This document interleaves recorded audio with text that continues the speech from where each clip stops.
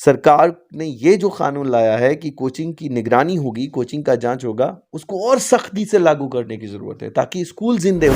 Coaching की जो व्यवस्था है उसमें इतना मत घुस जाइए कि आप ऑब्जेक्टिव्स के पीछे ही भाग जाएं, सब्जेक्ट आपकी ज़िंदगी से निकल। एक इंसान जो सरकारी नौकरी प्राप्त करता है, एंट्रेंस एग्जाम देता है, वाइवा देता है, एंट्रेंस के बाद वो आता है, उसकी क्रेडिबिलिटी पर ये क्वेश्चन कर रहे हैं आप कि स्कूल में सिलेबस पूरा ही नहीं होता। अगर उसके स्कूल में 60% अटेंडेंस नहीं है तो वो बच्चा किसी भी कीमत पर हायर एजुकेशन के लिए एलिजिबल ही नहीं है, क्योंकि वो 10वीं और 12वीं के एग्जाम में नहीं बैठ सकता। सरकार ने ये जो कानून लाया है कि कोचिंग की निगरानी होगी, कोचिंग का जांच होगा, उसको और सख्ती से लागू करने की जरूरत है ताकि स्कूल जिंदे हो सके, स्कूल की व्यवस्था बनाई जा सके। सर, बिहार की स्कूल की बात कर रहे हैं। बिहार की स्कूल में अक्सर ये देखा जाता है कि जो इंटर के जो कोर्स हैं वहाँ सिलेबस पूरी तरह से पूरा नहीं हो पाता है। बच्चे तो काफ़ी बड़े पैमाने पे स्कूल जा रहे हैं, लेकिन पढ़ाने वाले टीचर नहीं हैं। बच्चे कोचिंग नहीं करेंगे तो उनका भविष्य बर्बाद हो जाएगा सर। तो आप लोग जो भी चैनल में दिखाते हैं कि स्कूल में कोर्स पूरा नहीं किया जा सकता, इसका क्या प्रमाण है? एक सवाल का जवाब मैं और इसके साथ टीचर जो नहीं है सर। टीचर नहीं है, जी तो एक सवाल का जवाब दीजिए। जब हाई स्कूल आप गए होंगे, मैं भी हाई जी स्कूल, मेरा भी स्कूल था मुरलीधर हाई स्कूल, जहानाबाद से पढ़ा हूँ मैं। तो जब मैं स्कूल में देखा है कि उर्दू के टीचर होते हैं, मैथ के टीचर होते हैं, फिजिक्स के टीचर होते हैं, केमिस्ट्री के टीचर होते हैं। एक केमिस्ट्री का टीचर फिजिक्स वाला बन जाता है, फिजिक्स वाला जो एक फिजिक्स वाला बन जाता है, केमिस्ट्री वाला बन जाता है, मैथ वाला बन जाता है। उसको सरकार की नौकरी क्यों नहीं मिली पता है? क्योंकि वो उतना मेरिट का स्टूडेंट नहीं था। मेरिटोरियस स्टूडेंट नहीं होने के कारण वो किसी एंट्रेंस एग्जाम में बैठ नहीं पाया, और बैठा तो उसको सरकार ने नौकरी नहीं दी। ठीक है, बहुत लेकिन बड़ी बात एक बोल रहे हैं टीचर, सर। हाँ, मैं आपको एक और बात कह रहा हूँ कि एक इंसान जो सरकारी नौकरी प्राप्त करता है, एंट्रेंस एग्जाम देता है, वाइवा देता है, एंट्रेंस के बाद वो आता है, उसकी क्रेडिबिलिटी पर ये क्वेश्चन कर रहे हैं आप कि स्कूल में सिलेबस पूरा ही नहीं होता है। नहीं होता है तो एक और उपाय कर सकते हैं। सर क्या उपाय है सर? रियल हाँ, बात है सर। हाँ, एकदम कोर्स पूरा उपाय नहीं है, हो रहा है सर उपाय बिहार है। में। मैं सिर्फ इल्जाम नहीं लगा रहा हूँ।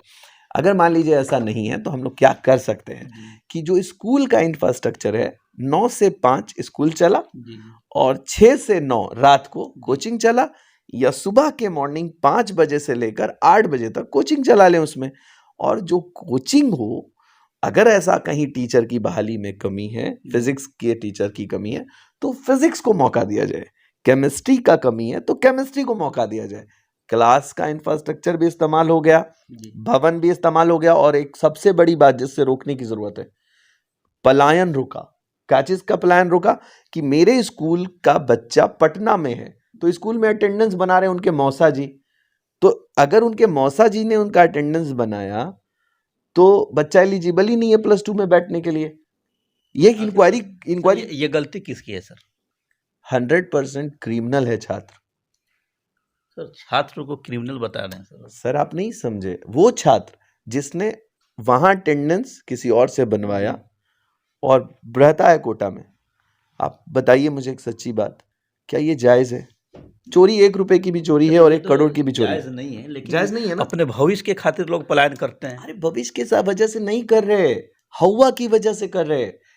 उनको संसाधन नहीं मुहैया करा जा रहा है जिले के अंदर। अगर फिजिक्स का टीचर उसी भवन, अब कानून है भाई साहब, जी मैं तो कानून में ये मानता हूं कि किसी ने 1 रुपए की चोरी की तो उस पर चोरी का केस लगेगा, मर्डर का नहीं लग नहीं, सकता। चोरी के अंदर मर्डर का नहीं लग सकता ना। जी तो अगर उसने अटेंडेंस को मौसा जी से बनवा दिया जी तो उसको चोरी है ना, वो क्राइम ही तो है, जी जी क्रिमिनल ही तो है वो। जी जी छात्र ड्रेस नहीं पहनता, जी छात्र को टाई लगाने की आदत नहीं होती, चाहे छात्र को जूता पहनने की आदत नहीं होती, छात्र को कैसे टीचर के सामने खड़ा होना है वो उसकी आदत नहीं होती, और इसका इम्पैक्ट डायरेक्ट कॉलेज में दिखता है। हम लोग इंस्टीट्यूशन में ले जाते हैं ना, जो बच्चा कोचिंग से निकल के जब इंस्टीट्यूशन में जाता है जी वो बिल्कुल बिल्कुल स्कूली दुनिया से जब वो नहीं रहा है तो वहाँ भी उसके डिसिप्लिन में कमी रहती है।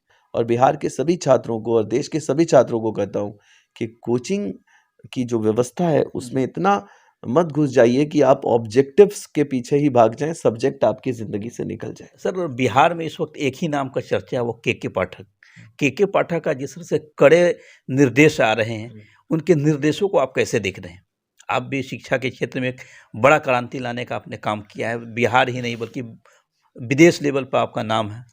K Pathak is a hero of Bihar. बहुत समझदारी के साथ इम्प्लीमेंट किया हुआ फैसला, और उनके आने से जो बहाली हुई इसी वक्त उसको देखा जा रहा है। साथ ही साथ मेरा हायर एजुकेशन और स्कूली व्यवस्था के बीच जो उन्होंने बैलेंस बनाया, जी। उसमें सिर्फ एक मांग है मेरी आपकी वीडियो से उनसे कि एक बार इस क्रेडिट कार्ड योजना पर भी उनको एक बार विचार करना चाहिए। बस मेरी आखिरी उनसे ही मांग है। सर, हमसे बात करने के लिए, अपना समय देने के लिए बहुत-बहुत धन्यवाद थैंक यू। सर। बहुत बहुत शुक्रिया सभी लोगों का, व्यूवर्स का। Thank you.